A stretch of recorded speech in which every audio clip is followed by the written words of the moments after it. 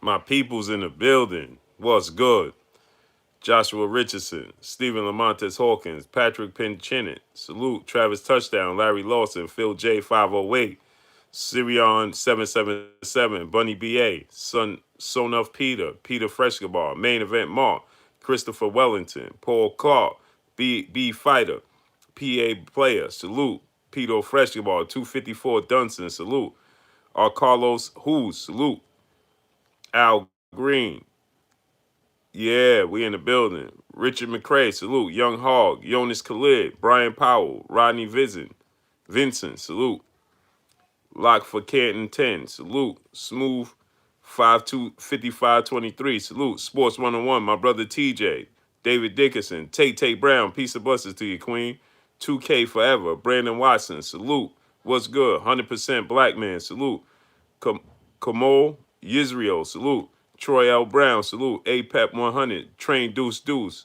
Malik Robinson, Dante Amos, salute, salute, salute. Smash that like button, my people. Pardon me for being late.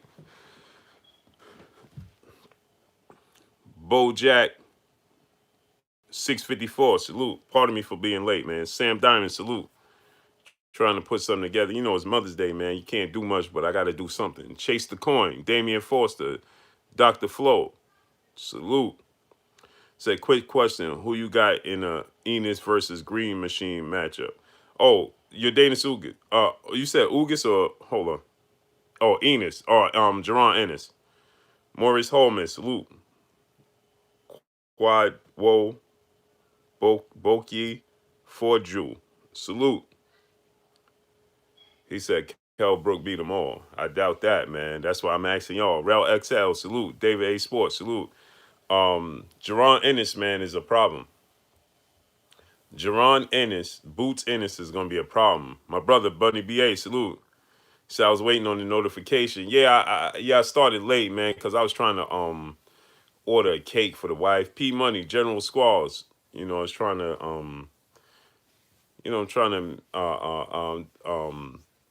normalize as much as possible. You know what I mean? Bottom of Cali, Benny Levine, salute. Kell Brook fought Shawn Porter. Yes, he did. He beat Shawn Porter. But styles make fights. Muhammad Arif, salute. Stanley Sims, Brian Powell, salute. Yeah, he beat him, but styles make fights. My brother CB Sports TV, Carl Burrell, salute. Ghetto Love, salute. Styles make fights. I always use the analogy of Vernon Forrest, Shane Mosley, and Ricardo Mayorga. If that's not the perfect analogy to use and showcase and explain the triangle theory don't work, I don't know what is. Kyle Boogs, my brother Main Event Mark in the building. He said, yeah, he's going to struggle to stay. Yeah, he's big, man. There you go, 619, Cali Factor, salute. Juan Osorio, salute. Syndicate J, salute. Yeah, Main Event, you was with me when we seen Ugas, right? You was with me when we seen Ugas? Or that was the Ray Morrison Jr., salute. Rodney Vincent, salute.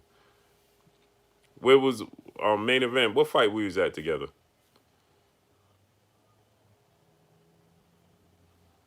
That was the Ugas fight? I mean, uh, oh, that was the Lubin fight. But that was in Philly, though, right? Wasn't we in Philly? Jerron Ennis was there? No, he didn't come to that fight, right? Rel XL, salute in the super chat. What would be your dream fight? Any class, any era? Oh, Floyd Mayweather, Sugar Ray Leonard, or Floyd Mayweather, Tommy Hearns. I would love to see how his skill set translate against them. Right? He fought. His resume is like no other. Nice, salute. But the caliber of fighter they are, he doesn't have that on his resume. Chilltown Major, salute. Because I believe that Tommy Hearns beats everybody on Floyd Mayweather's resume. And I believe that Sugar Ray Leonard beats everybody on Floyd Mayweather's resume.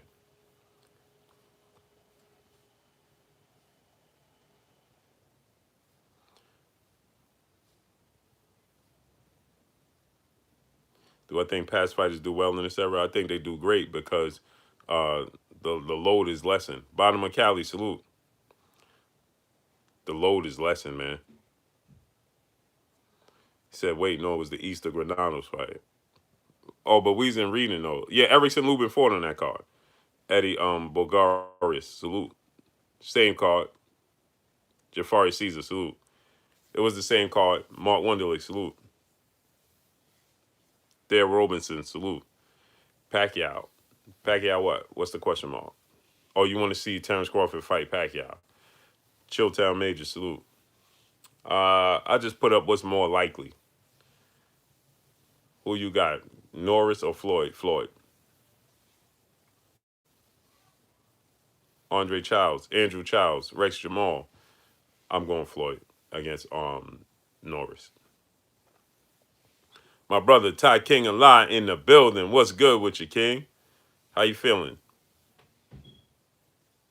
Yeah, I'm going with Floyd against it. But I would love to see Floyd translate how he would fare. Because they see the era of welterweights they were big. They were true welterweights. Underground Asylum, salute. Let me tell you the difference. I always say this. Errol Spence is not a big welterweight. And I know people going to say, what are you talking about? Thurston Jackson, salute. Brook Corbin, salute. He's not a big welterweight. We got 100 people here. Smash the like button. Big P, salute. Yeah, I had to clean out my sinuses today. Had this one right here is right there, man. Bothering me. Right there. Right in that spot, man. Dustin Smith, Sam Diamond. Boo Boo, salute.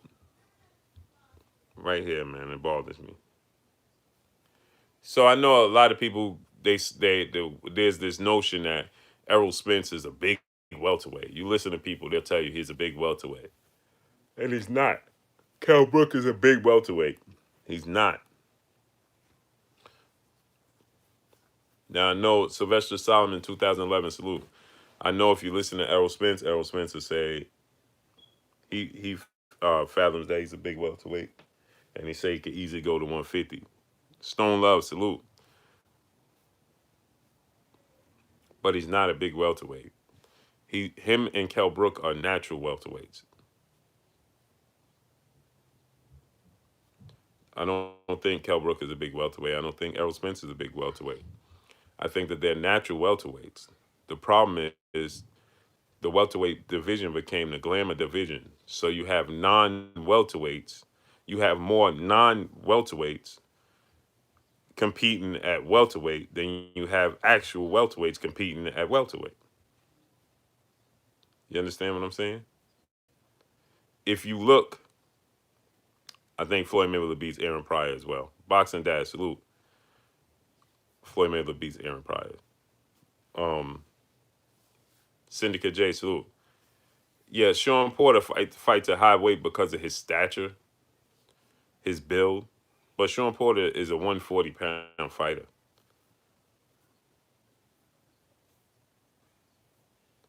He said, no Supergirl today. I'm at work till 8 p.m. Man, I got to, I started late because of Mother's Day, and I'm a finish on time. 5 o'clock, we off, man, because I got to go make up some ground on this Mother's Day thing. But, yeah, so, Jupiter B, salute. I like the adjustments Floyd Mayweather would make against Aaron Pryor and Norris. So I'm picking Floyd. But dudes like Tommy Hearns, their size is going to come into play.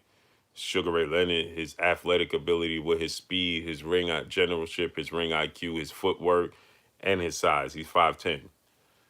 That's going to be a problem for Floyd. So back to what I was saying. We got 130 people. Let's get 130 likes, man. Gorgeous Robledo, salute in the super chat. Get them likes up. Yes, sir. Yeah, Shawn Porter started fighting at 154. He was 160. He even fought what's his name? Alexander Usyk. He beat Alexander Usyk in the amateurs. Brothers UK, salute. The problem with Shawn Porter is very short. He's 5'6", 5'7".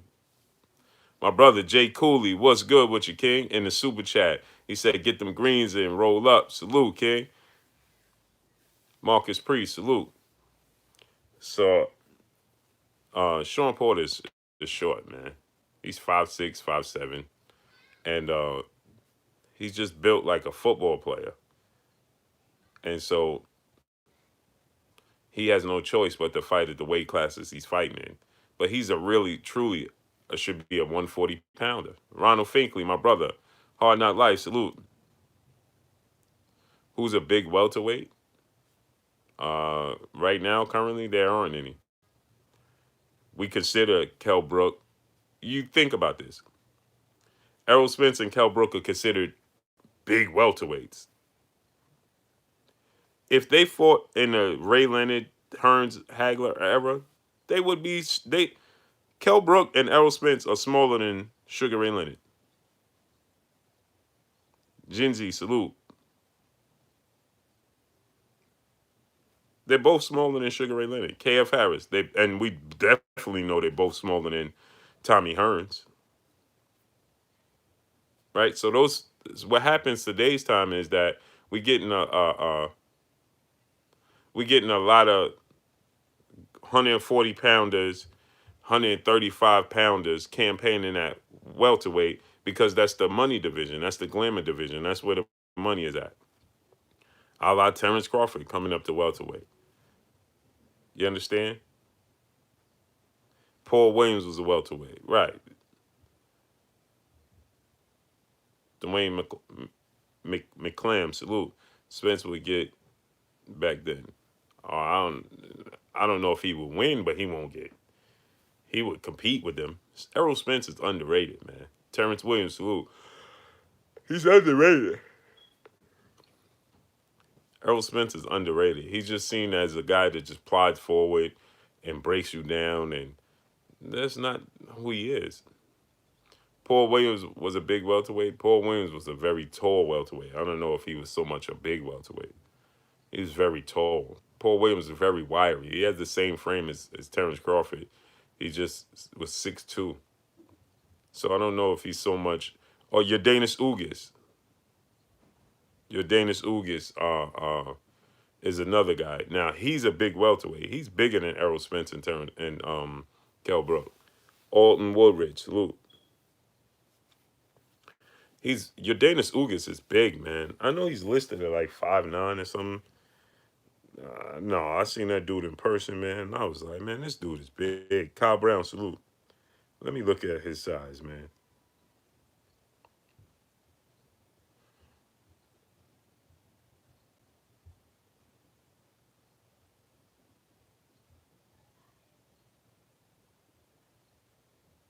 Yeah, they got him listed at 5'9". No, man.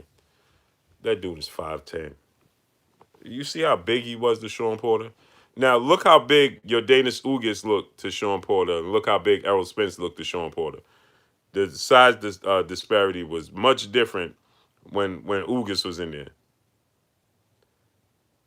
Yeah, you look at when Ugis fought Shawn Porter. Look at the size difference, and look where Errol Spence fought Shawn Porter and the size difference. Ugis looked much bigger. He was much bigger than him. Much bigger than him. I seen him in person. I was like, man, this dude is big, man.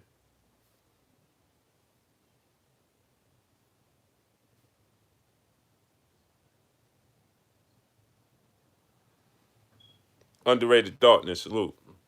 He's a big dude, your Danish Ugis, man. So Gerard Ennis is big too. He's big, but Gerard Ennis is tall. He is physically uh, a natural welterweight. Liam Taylor, salute. Donald now the 65-year-old G Grant in the building. Time to ante up, salute. Uh, Ugis will beat Kell Brook right now.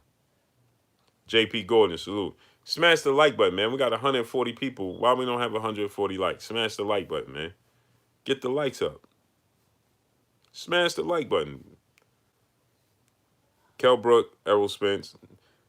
Right. But like I said, they consider big welterweights, right? Now imagine if Sugar Ray Leonard fought today. He's bigger than both of them. So imagine. Everybody will be saying, Mr. Shelton, salute. If Sugar Ray Leonard fought today with the skill set that he had, and they saying he's a big welterweight, Errol Spence and Kell Brook, imagine what they say about Sugar Ray Leonard and with the skill set. They be calling for him to fight at 54 or 60. They be like, nah, this dude is out here, he out here, Sugar Ray Leonard is not too much smaller than Roy Jones. But they'd be like, oh, and Tommy Hearns is bigger than Roy Jones. But they'd be like, oh, Sugar Ray Leonard, man, this dude out here using his weight as an advantage. That's what they'd be saying to them, especially with the skill set that he has. Because let's be honest, he has a far better skill set than Errol Spence and Kell Brook as far as physical tools, right? Physical gifts. Omega Red, BK Don 718, my guy. Mark Spears, what's good with y'all, man? P Money, what's good? Uh, uh, Sugar Ray Leonard, uh, he's faster feet than both of them. Not a question. Faster hands than both of them. That's not a question. He's an Olympic gold medalist. His pedigree, his ring generalship, everything is just he just has a one up on Errol Spence and Kell Brook, right? So with that said, you know what they would be saying about, oh man, this dude, man, he out here using his weight as an advantage, man. He would be, he need to be junior welterweight. He need to be 54. He need to go to 60. He would dominate at 54. Sugar Ray Leonard today's time. Abrams servant, salute. Well, now Roberto Duran, but remember, again, Roberto Duran came up from a lower weight class. He jumped from 35 to fight Sugar Ray Leonard. Remember that at 47. He jumped to a weight class. Mikey Garcia attempted to do what Roberto Duran did against Sugar Ray Leonard. You see what I'm saying? So that's the difference with Roberto Duran. But I'm talking about just the guys in that era. They were just bigger guys. They were natural welterweights. Today's time, we'd be calling them junior middleweights and middleweights. What happened to Sam Peter? I don't know.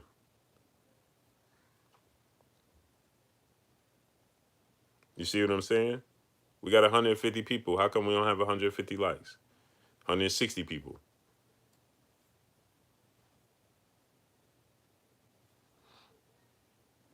So that's the difference. But they would be calling for Sugar Ray Leonard to campaign at middleweight. Today's time, if he campaign at 160, who gonna beat Sugar Ray Leonard? I'll wait. With the skill set that he have, big boy, salute. With the skill set that he possessed in his natural prime at middleweight, who beats him today? Nobody. Nobody. They don't have the. He has something that offset everybody. He could offset everybody. He's too fast and too accurate with too much foot speed for Jamal Charlo. He's too uh, uh, he's just too athletic for Gennady Golovkin. The closest, the person that would be the toughest task for him would be Demetrius Andrade, and that's because he's a southpaw.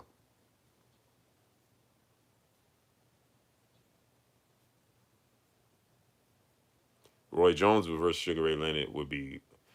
That's another dream matchup I would love to see. Woo! Oh my goodness. Roy Jones and Sugar Ray Leonard. I wonder why that question is never asked enough. Quentin Williams said Earl Spence would beat Sugar Ray Leonard. Yeah, okay. Keep believing that if you want to. You clearly must be. You're definitely under 25, 25 and under. Do I think Norris would beat Sugar Ray in his prime? No. Caleb Plant is the 168 pounder, and he still wouldn't beat Sugar Ray Leonard. He have too many lapses in the fight where he let his opponent catch up to him. Michael Parks, salute. I think Porter and Brook both have a chance to beat uh, Terence Crawford. I don't. I don't think Kell Brook has a chance in HE double hockey stick to beat Terence Crawford. Jam Boxing, salute. LK Rod, salute. Good name, though. Big welterweight. Yeah, Errol Spence could beat him. No disrespect to Errol Spence. Man, you must not have watched Sugar Ray. You don't know who Sugar Ray Leonard is.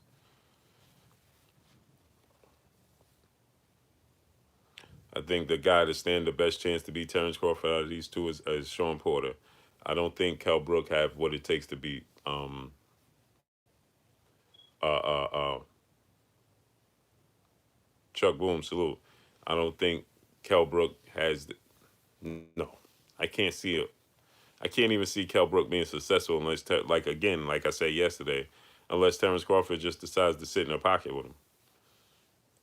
You know what? When Terence Crawford truly impressed me when he took the what's his name? Bredis Prescott fight on short notice. I think he took it like a 2 week notice, and he just outclassed him. And they said, "Oh, you coming up in weight? He got too much power, so on and so forth." He outclassed him, and I said, "Oh man, this dude got boxing ability." And then when I seen him, you know, do it again against Victor Postile, that I was convinced that when he needs to, he could pull it out. It's just that mentally, I feel like he just gets into this place where he can't help himself. Like Amir Khan. Amir Khan was outboxing Canelo Alvarez all those rounds. Taco K, salute. He outboxed Canelo Alvarez all those rounds and just decided to stay in the pocket too long. Just cause he can't help himself. Came to win, salute. Money Graham, salute.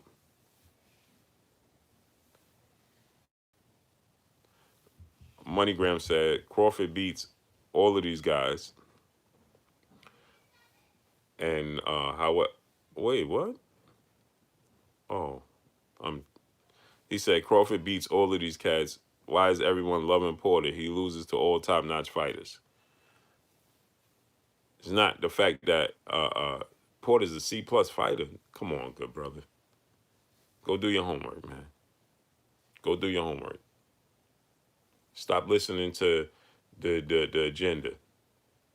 Mr. Vegas, salute. Go do your homework, man. See this is why I feel the need to do these topics, man, because people just don't they just it's what's being told. It's what's the agenda being pushed that Shawn Porter is not a good boxer. You have never ever seen. I don't care what he lost. Yes, he lost to Kell Brook. Yes, he lost to Keith Thurman, and yes, he lost to Errol Spence. You combine those three losses, and they all probably equal up to 4 rounds.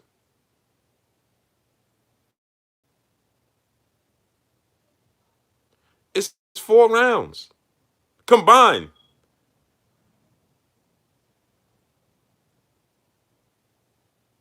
And even my brother said, Bunny BA said he lost to Ugas. Even he lost to Ugas. Let's say that. How many rounds did he lose to Ugas? He's never clearly lost a fight. Never.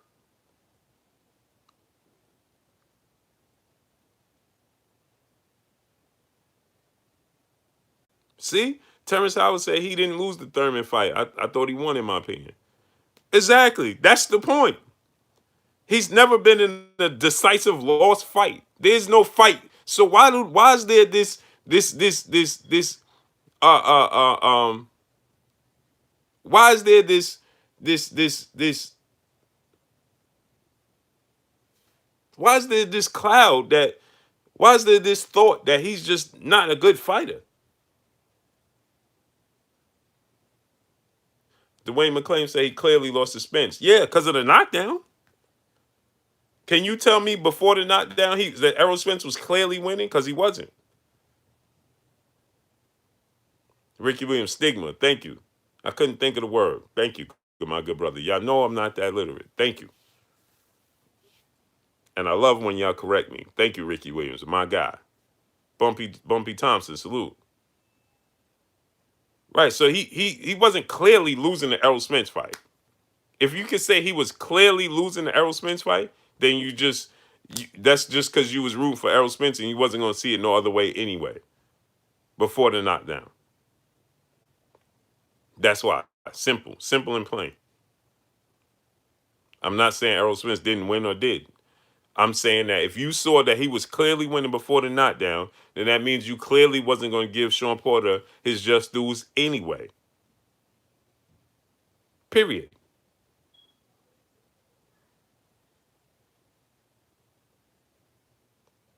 Jeremiah K. Salute. The knockdown, I thought he won the 11th round because of the knockdown, and then I thought Errol Spence clearly won the 12th round. There it is.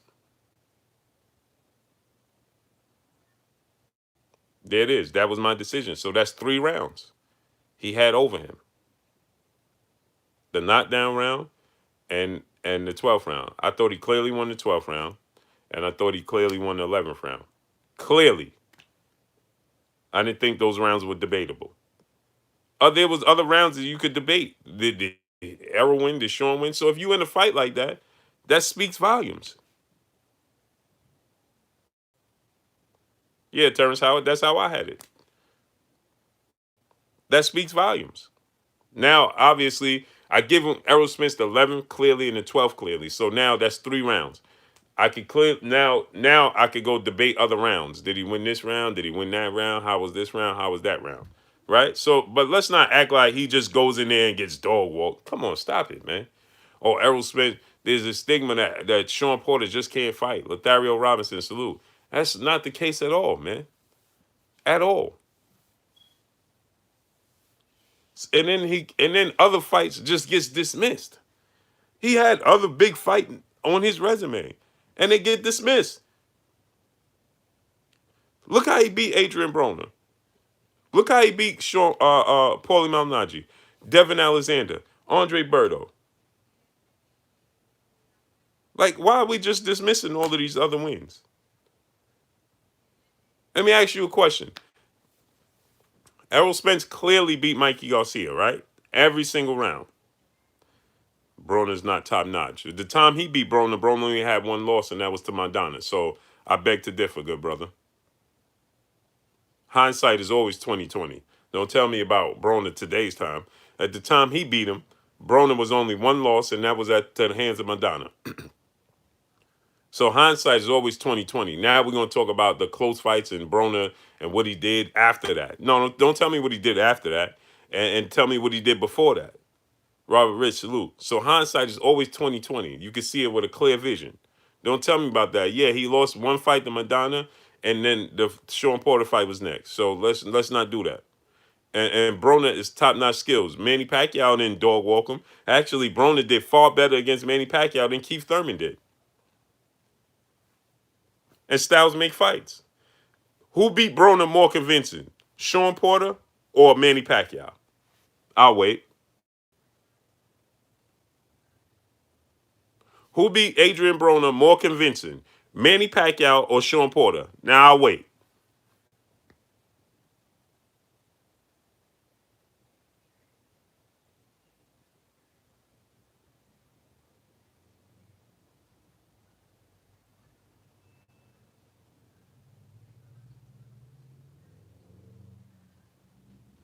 So now Manny Pacquiao is not top notch?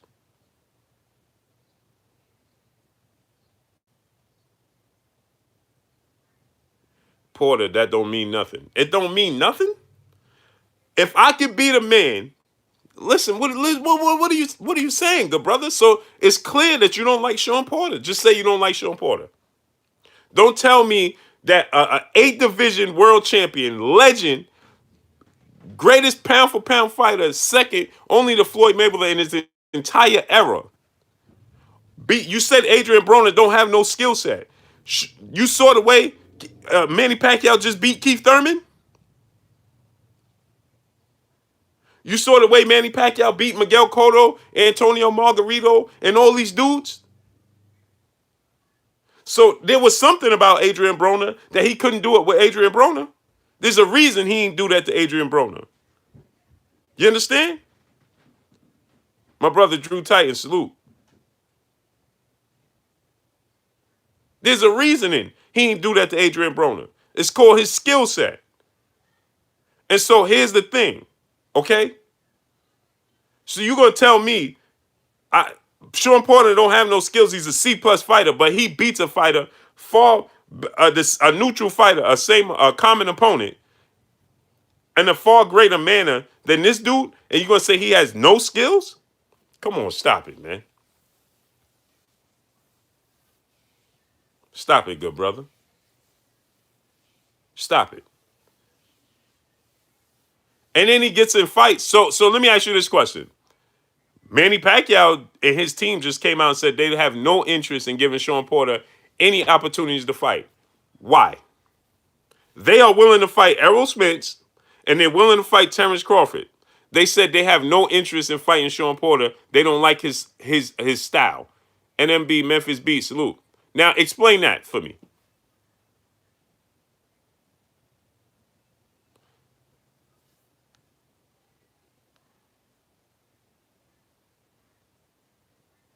I'm glad you said that. And how long ago was that the win, good brother? I'm going to tell you. He beat Adrian Broner when he was far younger and far more hungry a long time ago.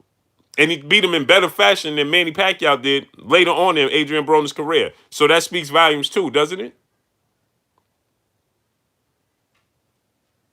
Because last time I checked, you don't get better with age.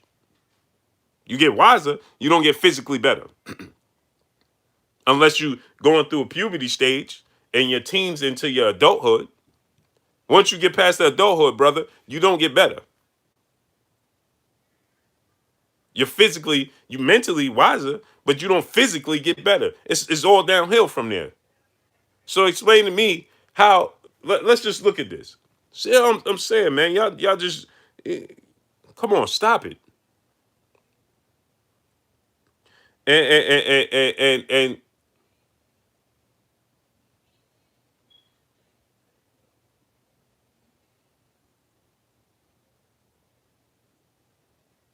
right now, Manny Pacquiao and his team said, and I spoke to somebody from Manny Pacquiao team. They don't like the matchup with Manny Pacquiao and Shawn Porter.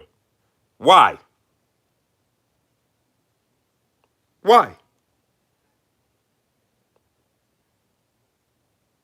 He fought Shawn Porter. Adrian Broner fought Shawn Porter in 2015. He fought Manny Pacquiao in 2019, nearly 5 years later. And who had the better victory?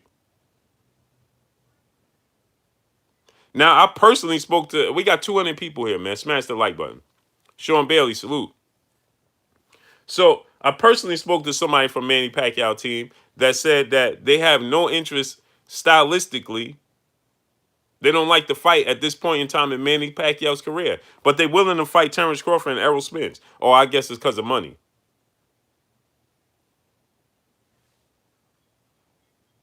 I beg to differ, good brother. You said Canelo Alvarez is the best. I don't think so. I don't think so at all. That's another myth.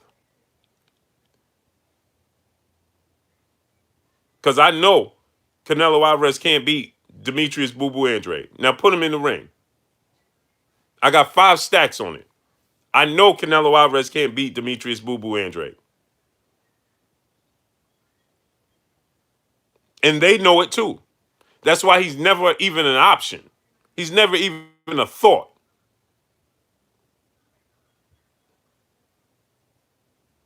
The Darius Austin, salute. Gravy Davis, salute. Demetrius Boo Boo Andrade is never even a thought.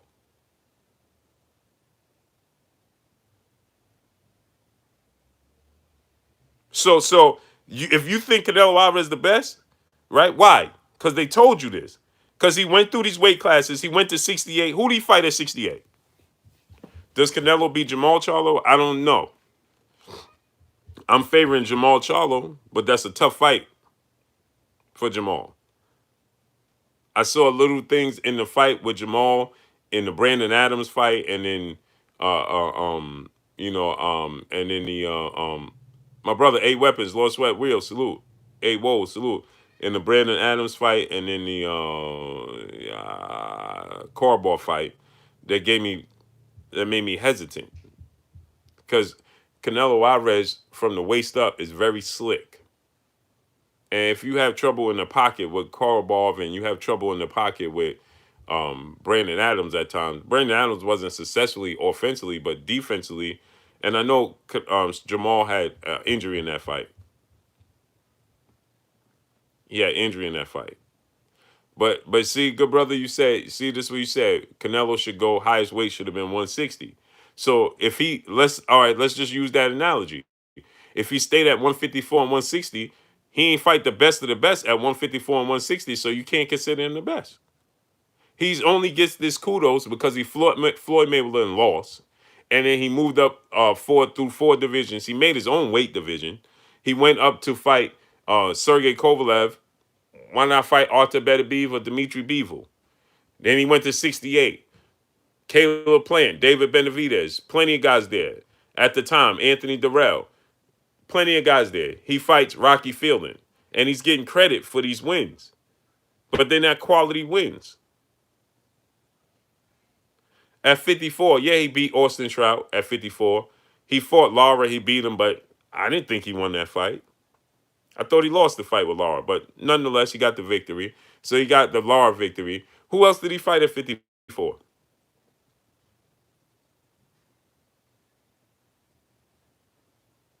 Who else did he fight at 54? Let's just look at his resume, shall we? It's a myth. This is what happens when they tell you that he's good. Sometimes they tell you something so many times that you start to believe it, even though you know better. You start to believe it. I'm not a fan. Just hate people don't give him and Bud props.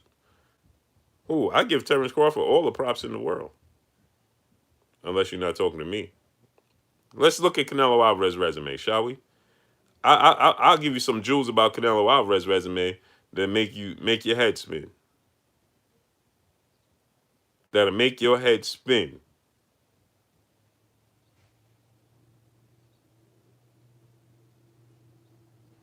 He fought a guy by the name of Francisco Villanueva. I told you guys this before. In his 1, 2, 3, 4, 5, 6, 7, in his eighth fight, the dude was 4-5. Right?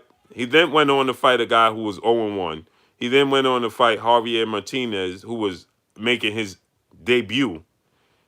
He fought a guy when he was 10-0 that was making his debut. Then he fought Ivan Aleskis, who was 4-5. Then he fought Victor Martinez, who was 2-6. Then he fought Jesus Abel Hernandez, who was 14-4-1. Then he fought Christian Solano, who was 22-9 and 3. Then he fought Ricardo Cano, who was 13-4 and 3. Then he fought Sean Holly, who was 8-21 with two losses. He had 21 losses and 2 draws. Then after that, he fought Alex Rodrigo Solis, who was 3-7-2. And then you got it. He fight Francisco Villanueva again. So let me just give you this. When he fought Francisco Villanueva the first time, he was 4-5. He fought him again 15 fights later, and the dude was 4-14 with 2 draws. So let's just get this straight. The dude had 4 wins and 5 losses when he fought him the first time, right? Corner Girl 66, peace and blessings to you, Queen. He fought a dude in his 5th fight when the dude was 4-5. He fought the dude again in his 15th fight, and the dude still didn't get a win. So what did you fight him for? He never picked up a win. Actually, the dude lost 9 more times and had 2 draws since the last time he fought Canelo. And Canelo fought him again, right? I'm going to do you one better. Then he went on to fight Gabriel Martinez, who was 17-0, right? He beats Gabriel Martinez, and then you got it. He fights Francisco Villanueva again after he picked up 1 more loss, 1 win. Because now, by the time he fought him again, he fought Gabriel Martinez in between. Then he fought Francisco Villanueva again, and the dude was 5-17-2. So by the time he fought him again, the dude had The dude had 4 more fights, picked up 1 win, lost 3 more times, and Canelo fought him again. For what? Then he fought Miguel Vasquez, who was 21-2. Then he fought Carlos Adam Juarez again, who is now 27-9-3. Then he fought Larry Mosley, 15-2. Then he fought Raul Pinzon, who was 16-1. Now, by this time, Canelo was in 20 fights, well into 20 fights, right? He fights Luis Antonio Finch, who was a record of 12-1. The dude had a total of 13 fights, right? Then he fought Yuri Gonzalez, who was 17-0. Then he fought Michael Rosales, 23-2. Then he fought Jefferson Lewis Goncalo, 19-3-3. Then he fought Marat Kuziviv, who was 18-4-1. Then he fought Carlos Herrera, who was 21-1. Leonardo Tyner, 21-2. Brian Comanche, 19-2. Jose Miguel Cotto's brother, 31-1-1. Nobody thought he was worth anything. Luciano Leonel Cooley, 26-1. Carlos Boldemir, 45-12-6 at the time. After Boldemir, he fought Levamore Indu, 48-11-2. Matthew Hatton was his step-up fight, was 41-4-2. Ryan Rhodes, 45-4-0. Then he fought Gomez, was a real step-up from the contender, 23-4-2. Then he fought Kermit Citron. That was another step-up, right? 23-4-1. At this time, he fought Shane Mosley, Shane Mosley was 40 years old, 46-7-1. Then he fought Josito Lopez, 30-4. That's when he was saying Floyd Mayweather was ducking him and avoiding him. Floyd Mayweather said, man, you got to fight somebody. Floyd Mayweather had him as his co-main event. Floyd was like, listen, I keep carrying you on my card as the co-main event, but you got to fight somebody, right? So he fought, you got to fight Austin Trout.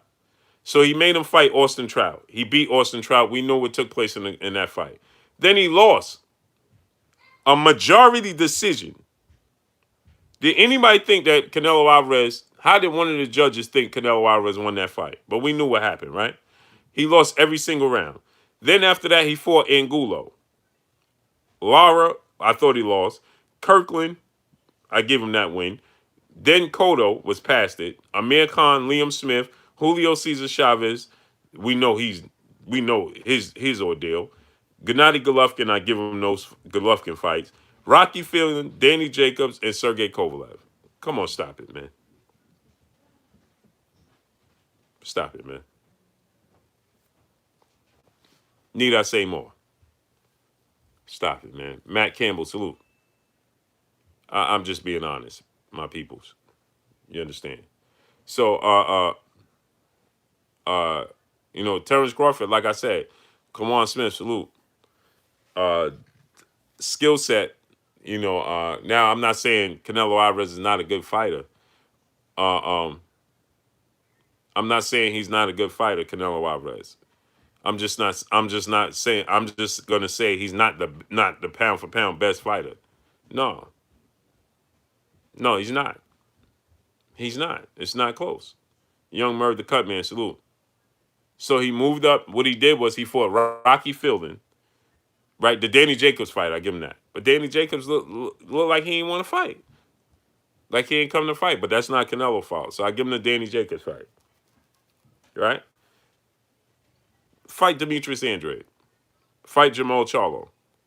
I give you that. You beat Demetrius Andrade. You beat Jamal Charlo, and no judges help. The judges is giving you. The judges gave it to you because they like you and no. Come on, no, come beat him. 10 boxing fan 423 salute. Yeah, he was Jermaine Johnson salute, but that's what I said. So that's not Canelo fault. Green Hulk Dunham salute. That's Danny fault, right? But we got to be honest. Right? You're going to go to 68, fight David Benavidez, Caleb Plant. You're going to go to 75, fight Artur Beterbiev, Dimitri Bivol. You're going to stick around to 60, give Jamal Charlo or Demetrius Andrade the opportunity. You're going to fight 54? Okay, we understand what's at 54. Just pick one at 54. Tony Harrison, Jamel Charlo, Rosario, J. Rock Williams, Hurd. You pick one. Give Laura a rematch. Pick one.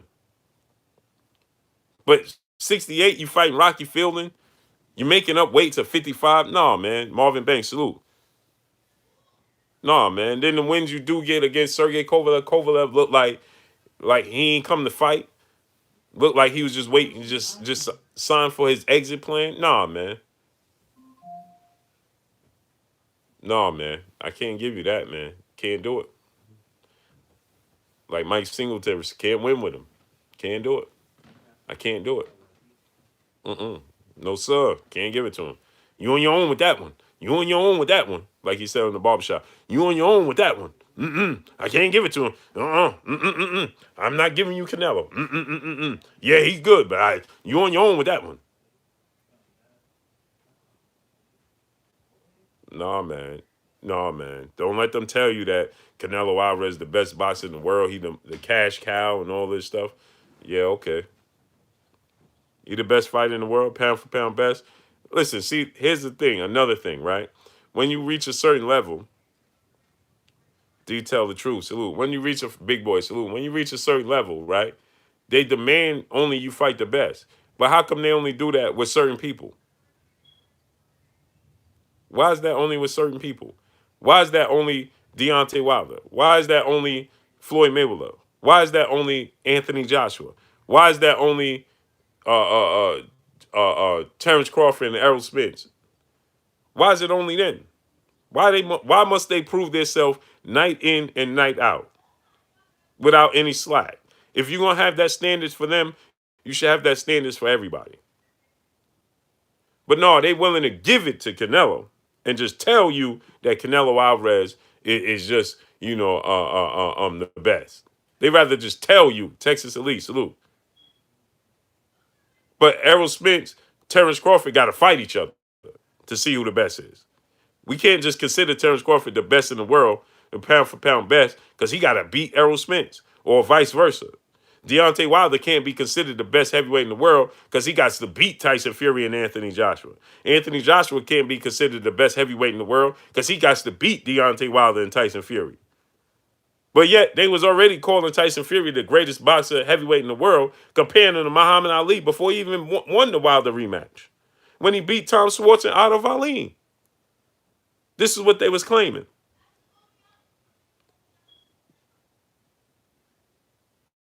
Does Tyson Fury have a better resume than Anthony Joshua? No. No. Does he have a better resume than Deontay Wilder? You could argue because he beat Wilder and then he beat Vladimir Klitschko, right? But does he have a deeper resume than Anthony Joshua? No.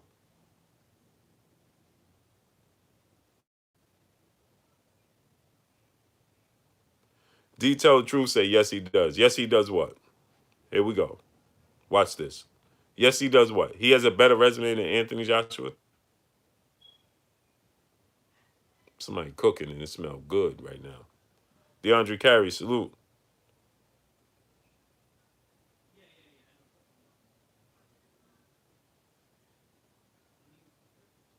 Yeah, Lomachenko as well. Now, uh, uh, Lomachenko, he has a better resume than he has two fighters. He doesn't have a deeper resume. He has Vladimir Klitschko and Deontay Wilder on his resume, and Steve Cunningham, and he beat Derek Chisora. But Dillian White beat Derek Chisora twice, so that eliminates him. Alexander Povetkin, Joseph Parker. It's just deeper. So you can argue it, but it's an argue. Smash the like button, man. Get the likes to 200. Vasil Lomachenko, I give him credit. I don't think that he's the greatest thing you ever seen, but his resume is good. I like the fact that he beat Nicholas Walters. He beat Gary Russell. He beat Luke Campbell in the UK. He beat what's the old boy name? Jorge Linares. He beat Guillermo Rigondeaux. Regardless if you think Rigondeaux was too small or not, Rigondeaux called for the fight. He beat him. He beat Rigondeaux. He beat and that's Rigondeaux first loss. Gary Russell first loss. You know, I just don't think in the manner that they uphold him, like he's just unstoppable. No, he's not unstoppable. You ain't never seen nothing like him before. No. Rigo count. You got to count Rigo. That's not Lomachenko fault. We was calling for the fight. Rigo was calling for the fight. He beat him, and then we're going to say, nah, Rigo's too small. Nah, I can't do that. I was calling for him to fight Rigo. Rigo was calling him out. Rigo wanted to fight. I'm fair every day. I'm not being fair today. I'm fair every day. It's just that what if it favors what you like or what you don't like. If I'm going against somebody that you like, then you're gonna say being unfair. When I'm going against somebody you do like, you're gonna say I'm being fair. I'm the same person every single day.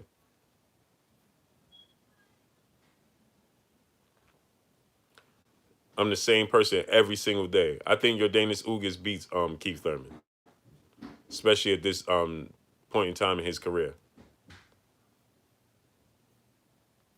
Keith Thurman, I don't think Keith Thurman is motivated or interested in boxing anymore.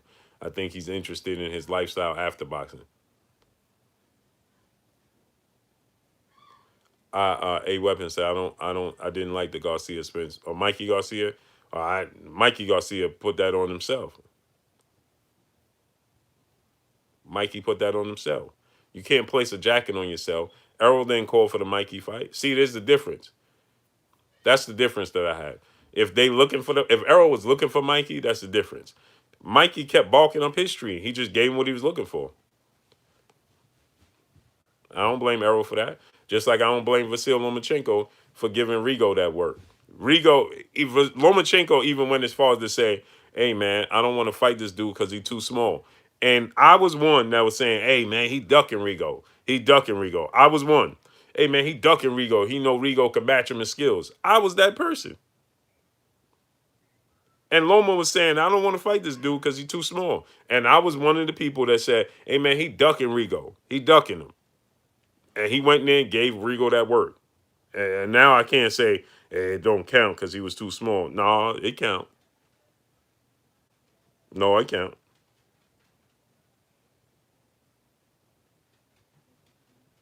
No, it count.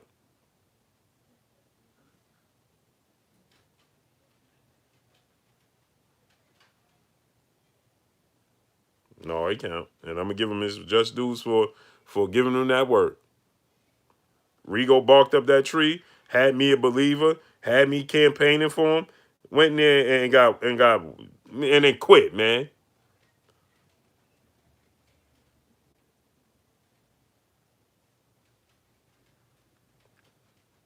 Dude went in there and quit.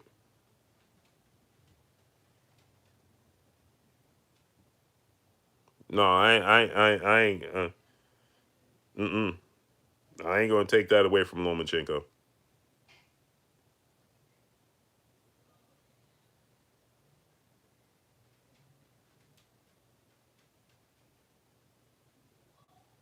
Nope. Mm-mm. Mr. Vegas said don't count. Why it don't count? That's Lomachenko fault. Rigondeaux asked for that fight. You asked for that fight. I asked for the fight. That's Lomachenko fault. Lomachenko said I don't want the fight. He's too small. So why don't it count? I think Teofimo Lopez is gonna knock Vasil Lomachenko out. I do. He's not gonna be discouraged. He's big. He has power. He has speed, and he's hungry. Lomachenko, what he brings to the table, pop shotting and dancing and the movement and all, that's not gonna work. That ain't gonna work. Smash the like button, man. Get the likes to 250, man. Support the channel. Show love, man. Get the likes up. Smash the like button, man.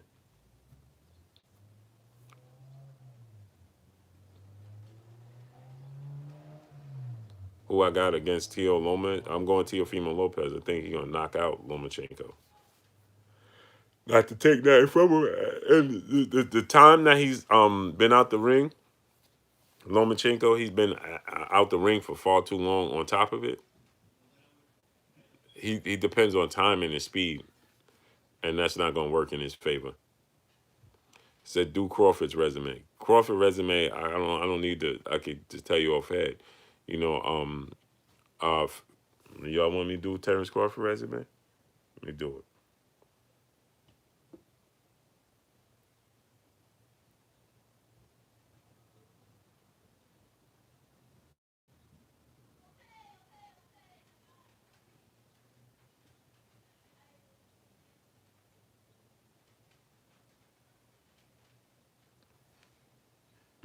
Terence Crawford, 36-0, 27 knockouts.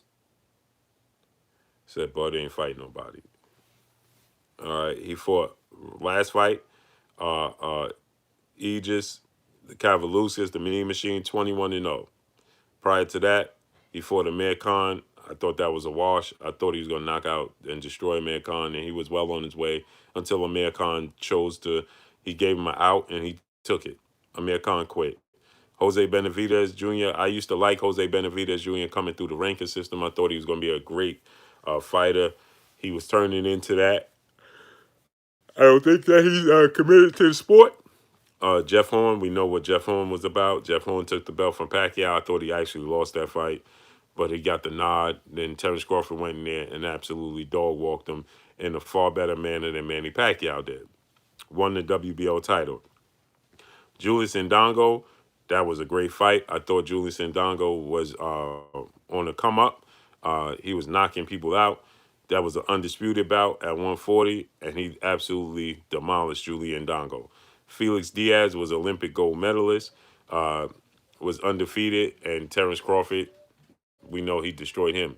Ronald Finkley, salute to my brother in the super chat. Errol Spence fans will show up for any fight. That's a fact. Julius Indongo, Felix Diaz. I told you guys that was a unified title, 140. He destroyed him. Felix Diaz was a gold medalist. John Molina Jr. was just a rough, rugged journeyman. We know what took place in that fight. This is where I had the utmost respect for Terence Crawford when he fought Victor Postol back in 2016. Victor Postol was considered the boogeyman at 140.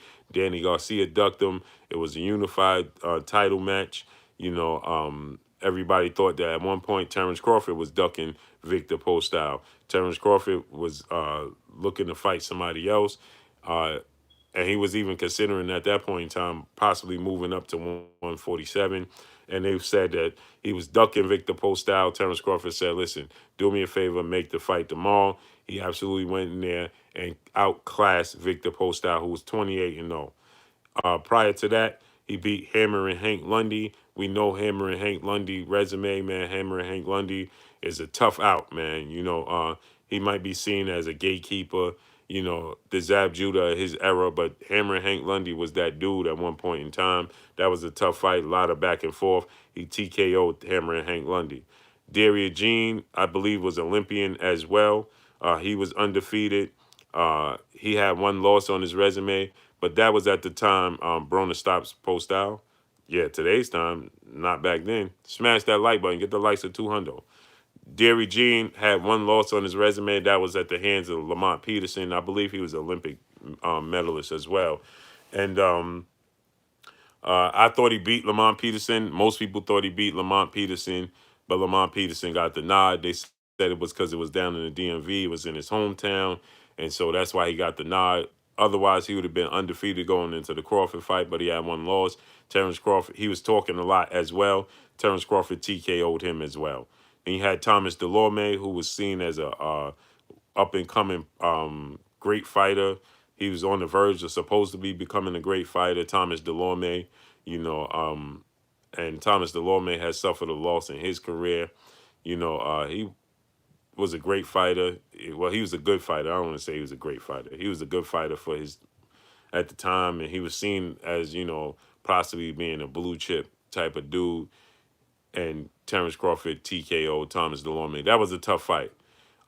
Then Beltran, we know who Beltran is, and we know what Beltran brings to the table. You know, tough, rugged Mexican fighter. Very, very tough, man. He unanimous decision, Beltran. Then, obviously, we had Yuriokis Gamboa. That was a big fight. TKO Yuriokis Gamboa. We know, we don't need no explanation for Gamboa, right? Ricky Burns, he went to the UK. Ricky Burns was the golden child over in the UK. At once upon a time, Ricky Burns was seen as, you know, what's his name? What's dude name that retired? What's dude name that retired undefeated? Fort Roy Jones, Bernard Hopkins. Joe Calzaghe. They were saying Ricky Burns was the next Joe Calzaghe over in the UK. A lot of y'all might not remember that. That's how he was perceived in the UK.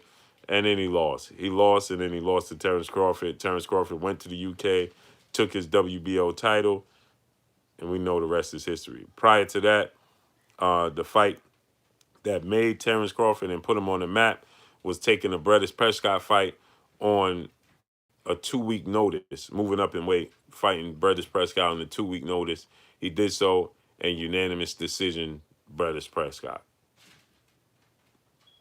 So that's Terence Crawford's resume in a nutshell.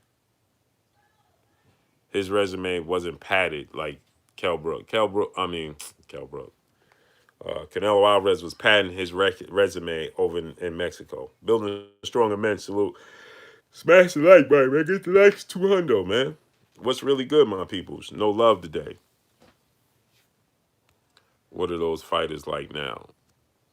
The hindsight is 2020. There's a lot of fighters after you beat them, they're not who they used to be. So that's just what it is, man. Terence Crawford, like I said, I think Shawn Porter has a better resume than Terence Crawford. Errol Spence has a better resume than Terence Crawford. Can I say Danny Garcia has a better resume than Terence Crawford? Yeah. Yeah. Tell the truth. Say how? How what? How what? Ask me any question. How what, my good brother? How? Explain to me what you're asking me.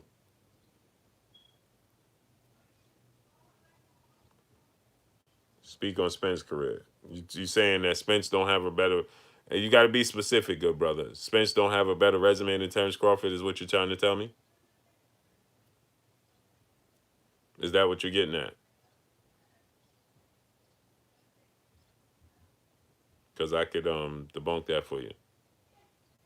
How is who? Give me somebody specific. I'm not gonna go through all of them, but give me somebody specific. One of the ones I mentioned, and I'll break it down for you. All of the ones. All right, you want to just use Errol Spence because that's the fight that everybody want to see.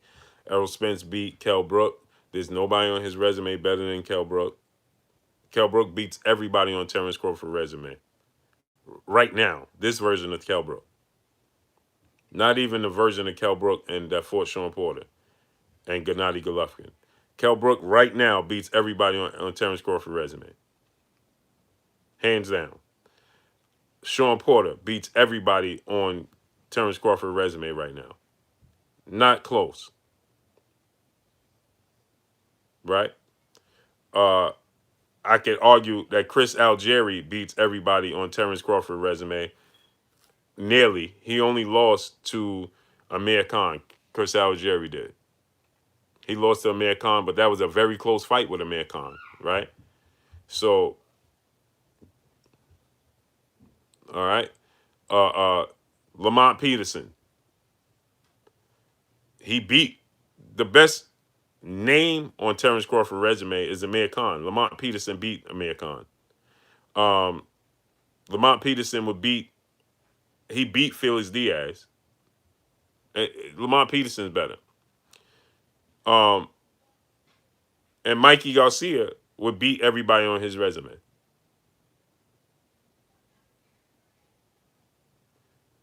Except Lamont Peterson, I think, would lose. Chris Algieri and Lamont Peterson would lose to Victor Postol.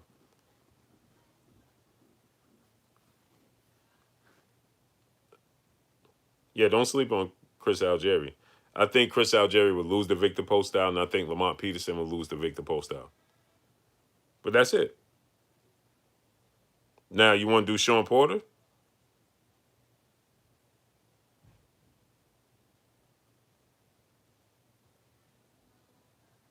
We want to do Shawn Porter? Shawn Porter has the best resume in boxing right now, outside of Manny Pacquiao.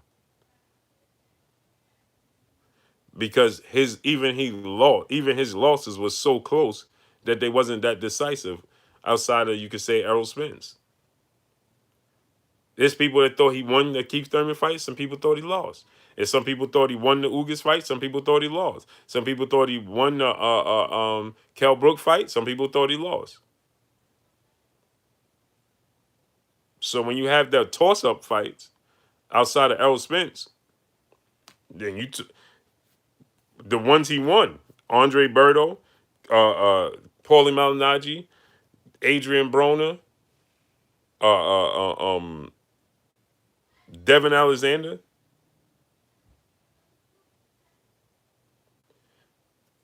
Oh, come on, man. Stop, man. Scott said Ugas whipped Porter and Danny beat him. All right, man. I'm all right. All right. Let's see where you going with this. I'm done with responding to you with that, good brother. Appreciate you though. Ugas whipped him and Danny beat him. Come on, stop it, man. I just watched the Ugas fight, and I thought he won the Ugas fight. Now you could say he lost the Ugas fight, but you're gonna say he whipped him? Come on, man, stop it, man. You clearly you didn't watch the fight.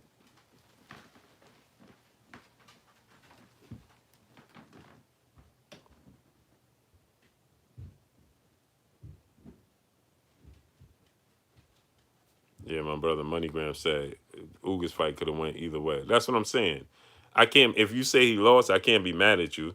I thought he won, but if you say you think he lost, no, I'm not mad at you. But you say Ugas just whipped him? Come on, man, stop, stop, cut it out, man. That's ridiculous. So anyway, man, I think that Kell Brook. I don't think in Kell Brook's prime he could beat Terence Crawford. He said Danny Garcia beat him. Come on, man. He beat Danny Garcia convincingly. Fan Biz Toon, salute. He beat Danny Garcia convincingly. Come on, man. Stop it, man.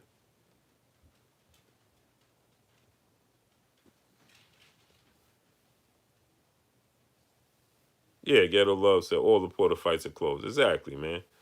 Like you said, Ugas whipped him. Oh, man, stop, man. So anyway, I don't think that Terence Crawford will lose to Kell Brook, even in Kell Brook's prime. But at least Senior, my guy, what's good with you?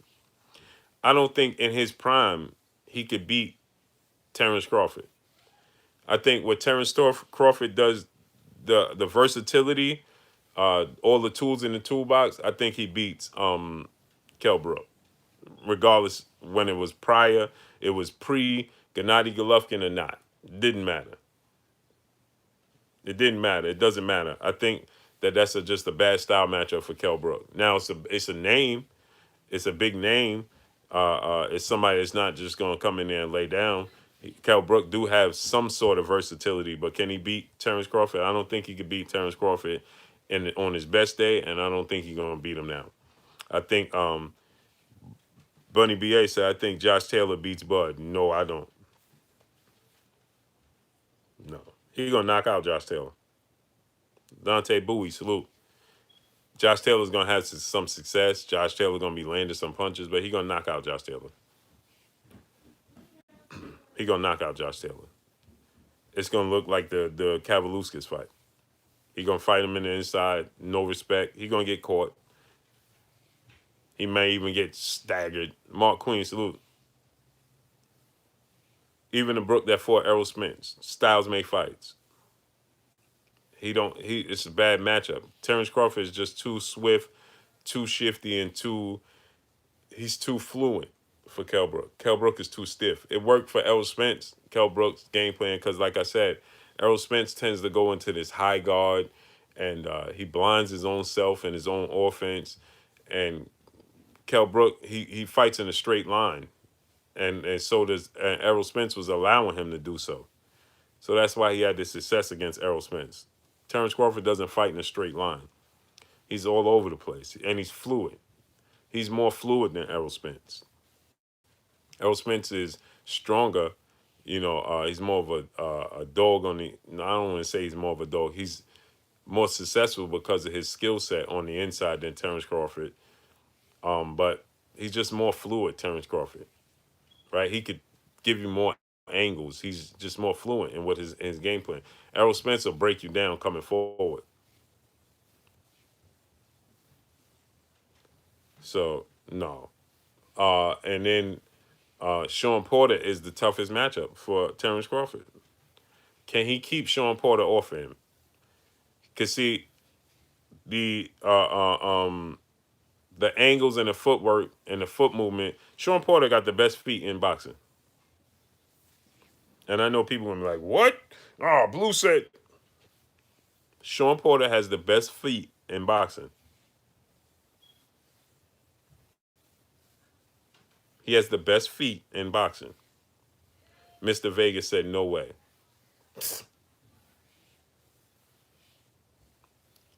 Yeah, okay. His footwork was making Errol Spence look amateur in that fight. Facts. Look how he was turning them in the fight. He don't have the power.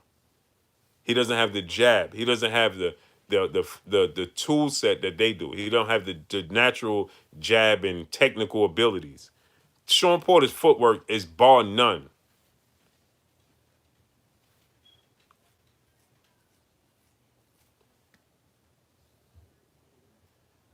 Best footwork is ringing down? No.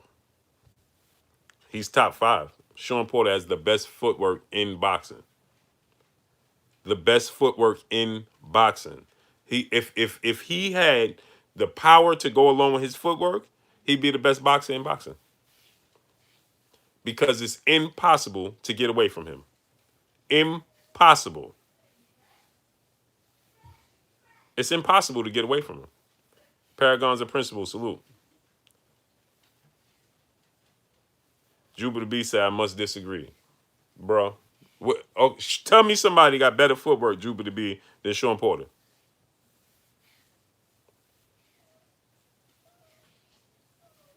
Lomachenko? No.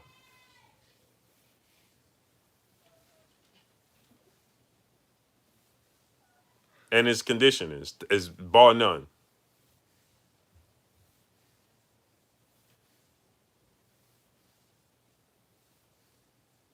Tell me somebody with better footwork. Don't tell me somebody that ESPN and HBO was telling you, look at Lomachenko's footwork. Look at the angles. Don't tell me that.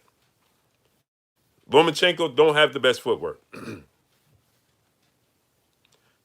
Linares was showing that he had better footwork than Lomachenko.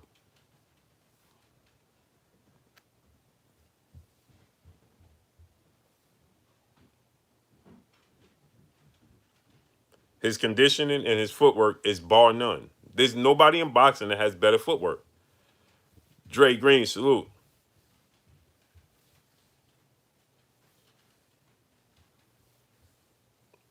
Rigo don't have better footwork than him. Rigo has very, very calculated foot movement. His foot movement is not as fast as Shawn Porter. It's not as athletic as Shawn Porter. Yes, Rigo can turn you on the inside, and he uses, at times, unnecessary movement. Rigondeaux does. Yes, he has calculated movement. I'm putting Rigo in the top five, but Shawn Porter, no. Shawn Porter could do it. Shawn Porter is doing it against top-notch opposition. He smothers them for a reason because they cannot get out the way.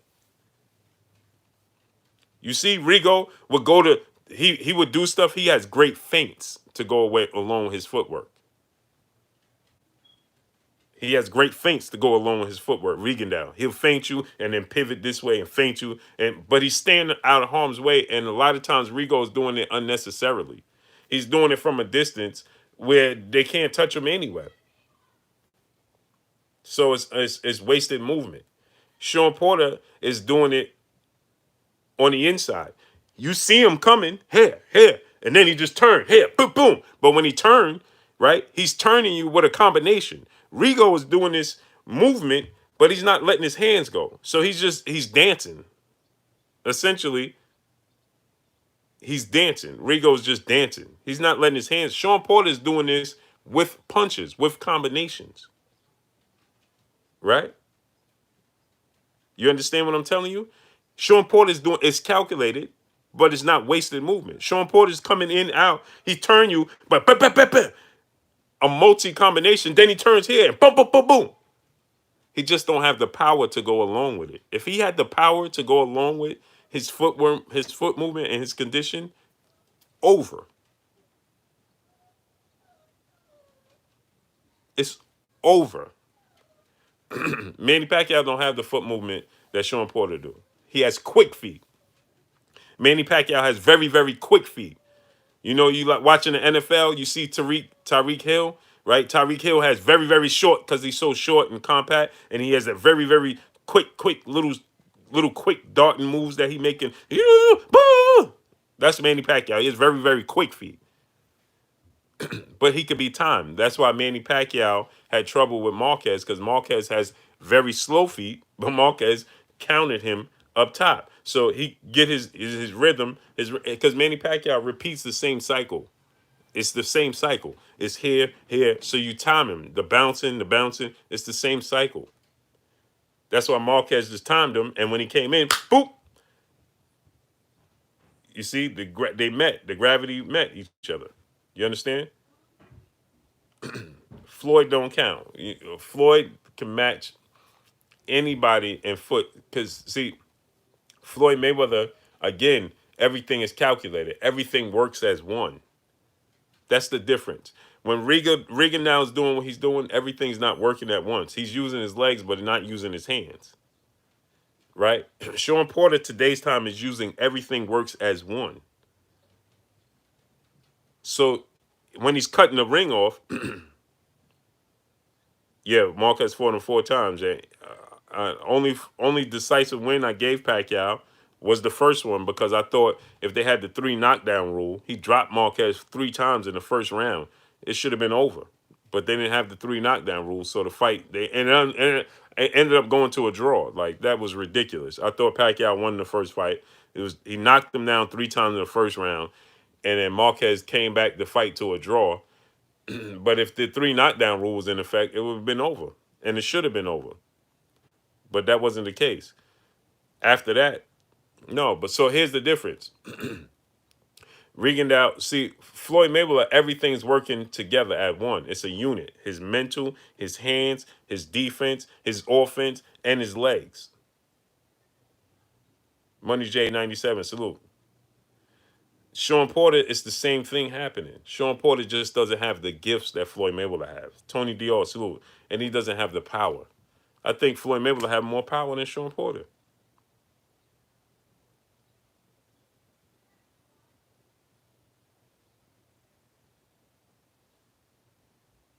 He has more power than Shawn Porter. So that's where he comes in short. That's where he falls short. He just doesn't have the power. You saw it you saw what he did to Danny Garcia? Danny Garcia had no answer for him. Couldn't do nothing. There go Fudge again. Fudge! Can you relax? Can you relax? Fudge!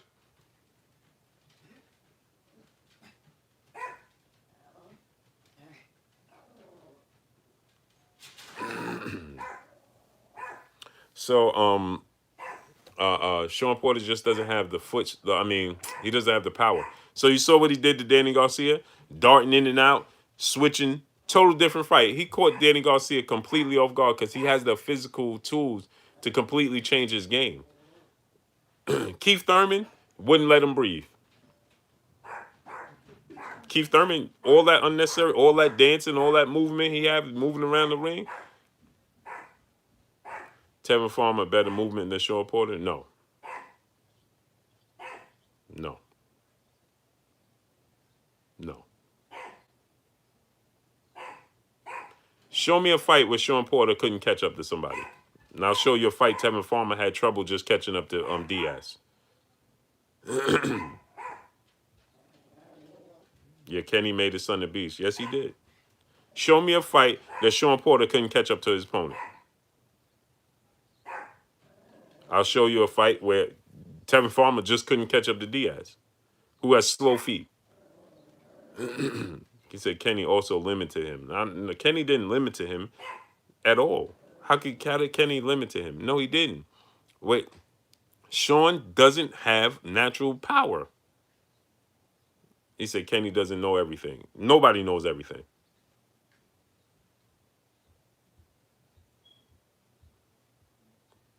Right, Ronald Finkley. I never saw Shawn out of fight. And you never will, because he has the foot movement and the athletic ability to keep up with anybody. You're not going to get away from him. That's why I said Floyd Mayweather, that's a bad matchup. Floyd Mayweather need not take that fight, especially at this point in time in his career. He may take his first loss. Styles make fights, and people will say, "Hey, Blue, how you say he could beat Terence Crawford and Errol Spence but can't beat Shawn Porter?" Because Styles make fights. It's just like Shane Mosley couldn't beat Vernon Forrest, but Vernon Forrest could beat couldn't beat Ricardo Mayorga, but Shane Mosley could beat Ricardo Mayorga. Why couldn't Vernon Forrest, with the skill set he had, never beat Ricardo Mayorga?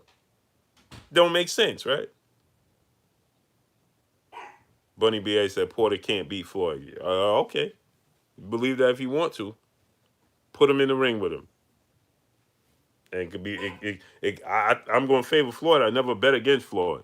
But put him in the ring with him, and it could possibly be some not a dry eye in the arena. Bet that. Bet that. Bet that. You see, Floyd have the ability to fight in the pocket and out the pocket if he so chooses, like he did. He don't have youthful legs. If he was youthful, I'm going Floyd. If this was younger Floyd, yeah, because he can make the adjustments. You see, when Floyd couldn't get away from Madonna the first fight, you thought he had trouble the first fight with Madonna. You saw the second fight, he made the adjustment to stay away from him. He will never be able to stay away from Shawn Porter. At no point in time in his career, he will have to make adjustments to fight him on the inside. And with age not being on his side and Father Time being undefeated and being on the wrong side of 40, no. At this point in time, that's not a fight you want to take. You don't want to test your luck with Shawn Porter. He's not going to give him room for breath, no room for error. Y'all have to understand Styles make fights. And what Shawn Porter brings to the table at this late stage in Floyd Mayweather's career, that's not a fight he want to take. Because he won't have the pop that keeps Shawn Porter off of him. And Shawn Porter's going to smother his work. His accuracy is going to... There's so much that's going to come into play. He's not going to be able to physically, I don't believe. He's going to struggle. If Floyd Mayweather comes back and beats Shawn Porter today's time, I'm saying that would be his greatest victory in his career. Because physically, Shawn Porter is going to push him to the brink at 43, 44 years of age. If he can make adjustments at that age to deal with Shawn Porter on the inside, man, you are a bad man for this age. I'm not saying he can't. I'm going to still favor him to win the fight because I believe that he can make adjustments. But that's a 50-50 fight now. That's a tough fight.